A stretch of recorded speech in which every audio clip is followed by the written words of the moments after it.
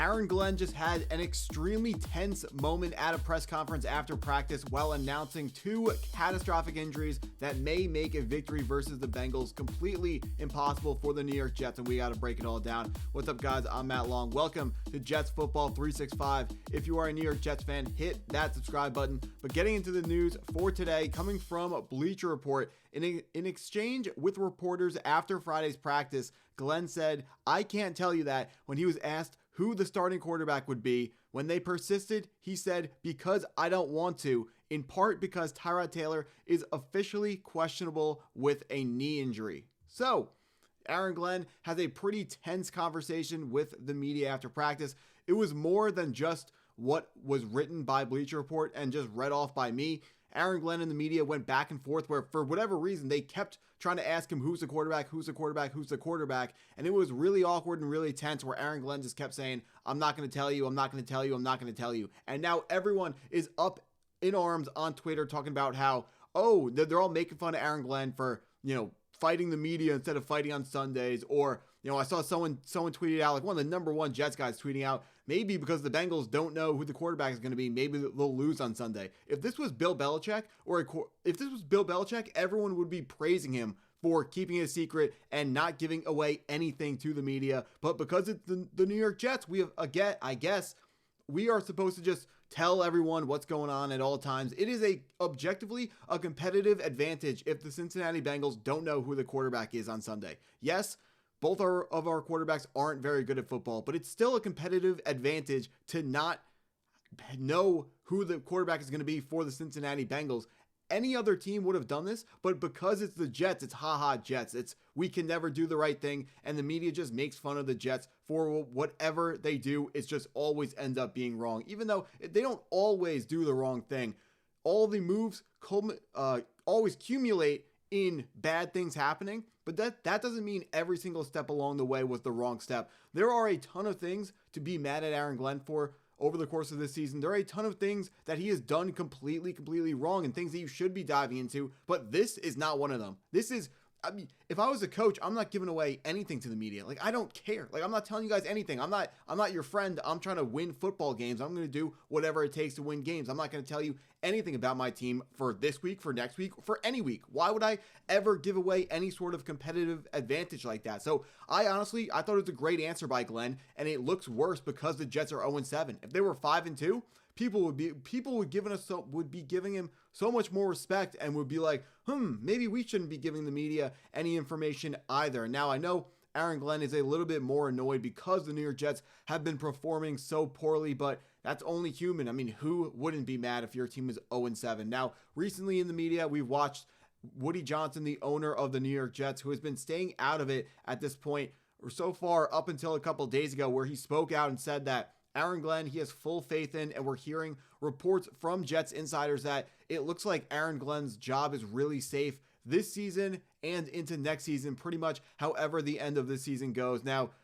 one side of it is you can give Woody Johnson some respect for not wanting to have the turnover, just keep going on and on and on. You always want to give a coach more than 1 year, but if it is as bad as the New York Jets season has started, if it ends that bad, then you can think about firing Aaron Glenn because it's been really bad. And it's not just the fact that the roster isn't good enough. There are obvious coaching errors being made by Aaron Glenn that is leading to these problems and the fact that the New York Jets are 0-7, namely, the Broncos debacle, both the end of the first half and the end of the fourth quarter against the Denver Broncos over in London was completely mishandled. Woody Johnson, who is either the current or ex-ambassador to the UK, always wants to make sure that the Jets have a good showing over in London. So I was surprised that he didn't have more of a volatile response towards Aaron Glenn after that happened. But it does seem that Woody Johnson has a ton of trust in Aaron Glenn, and maybe some of that comes from the 33rd team who helped hire Aaron Glenn. They could be telling Woody Johnson,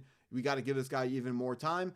And I'm all for giving Aaron Glenn more time. We have no reason to be thinking about firing him right now. Like I said, we get to the end of the season and still looks really bad. That's when you start thinking about firing Aaron Glenn or thinking about considering whether or not this guy should get fired. Right now, you're only thinking about how do we put out the best possible product and how do we get better week 8 against the Cincinnati Bengals. But this tense moment was created by the decision of who is going to be the New York Jets starting quarterback on Sunday. Is it going to be Tyrod Taylor or Justin Fields? It's no secret that Justin Fields was handpicked by Aaron Glenn to run his offense. He wants a running quarterback to give a mismatch to the defense and make it so there's another element to the New York Jets offense that the defense has to account for. Unfortunately, it hasn't worked out. Justin Fields, while he is a prolific runner as evidenced by the really long fourth down salvaged touchdown versus the Miami on Monday Night Football earlier in the season, but it is obvious that Justin Fields is not the answer for the Jets, probably not for any team in the NFL, although with all these guys getting reclamation projects around the league, maybe Justin Fields gets figured out somewhere, but you have to doubt that he's going to get figured out by the New York Jets. We're just not the organization that figures out quarterbacks. So Tyrod Taylor does need to be the starting quarterback for the New York Jets on Sunday if he can play. If he's injured, then obviously you would put Justin Fields back in, but assuming that Tyrod Taylor can play, you have to give the New York Jets an opportunity to be able to go out and win games. They've played in a lot of close games. Tyrod Taylor only had one full start to himself. That was against the Tampa Bay Buccaneers. Maybe if he gets to play some more games, he can win 1 or 2 games for us. Probably won't be too catastrophic on our draft position at the end of the year. Sucks to have to be talking about draft position in week 8, but it is what it is when it comes to the New York Jets. It was always a rebuild year. It was always, you can say it was a tank year. I know people don't want to hear that, but I'm not going to sit here and, just say it's all sunshines and rainbows when it's not. Part of building up teams in the NFL is tanking. Look at the Pittsburgh Steelers. They refuse to tank. They got a great coach, great players. They haven't figured it out. They haven't won a playoff game in like 10 years. So you gotta figure out a way to get a quarterback somehow. It sucks that the New York Jets are always at the top of the draft. I know that it feels like it's just rinse and repeat, but eventually one of these quarterbacks will work out. It's probably going to work out after Woody Johnson sells the team, because the way he's running this football team is not even close to good enough. And if Jets fans they should be boycotting Woody Johnson. I don't know how to even organize something like that, but Woody Johnson needs to sell the team. Now, getting into the injury updates, both Sauce Gardner and Garrett Wilson will both not be playing against the Cincinnati Bengals on Sunday. Our 2 best players left. Yeah, it's definitely, probably not going to be a win. I mean, the Bengals are not a good team, so that gives us some hope, but no Garrett Wilson means the number 1 wide receiver is back to being Josh Reynolds, which means we are in a ton of trouble when it comes to the passing game.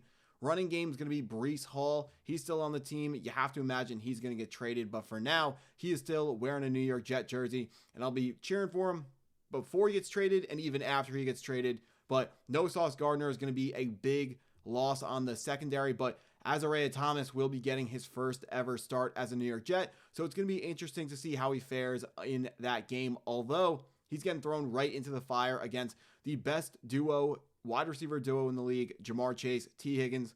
They're going to test him. They're going to make sure he's ready to go. Hopefully, Isaiah Thomas is up for the challenge of taking over those 2 guys. Ever since Joe Flacco was taken over from the other quarterback, can't even remember his name, Jake Browning, absolutely trash. That offense has gotten a whole lot better, so we are going to have to see what this Jets defense that over the last 3 weeks has been playing a lot better. We're going to see what they have for the Cincinnati Bengals. Hopefully it's another close game. We're going to see if the New York Jets can figure out how to sneak out a win. Maybe Aaron Glenn makes some good coaching decisions in crunch time, but as of so far, it feels like the game is just moving way too fast for Aaron Glenn. He's got to learn how to manage the game better, which is a really bad thing to say about a coach who is neither a defensive head coach nor an offensive head coach, a guy who's a game manager head coach. It's a problem that he's not managing the football game very well, but hopefully he turns around. Maybe the New York Jets are going to win a game this week, next week. Just win a couple. Don't go 1-16. Don't go 0-17. We're going to win some. Don't know when they're going to be, but hopefully they're pretty soon. But that's what I got for this video. If you stuck around this long, thank you for watching. Hit that like button if you haven't already. Hit the subscribe button if you're new to the channel. And go Jets.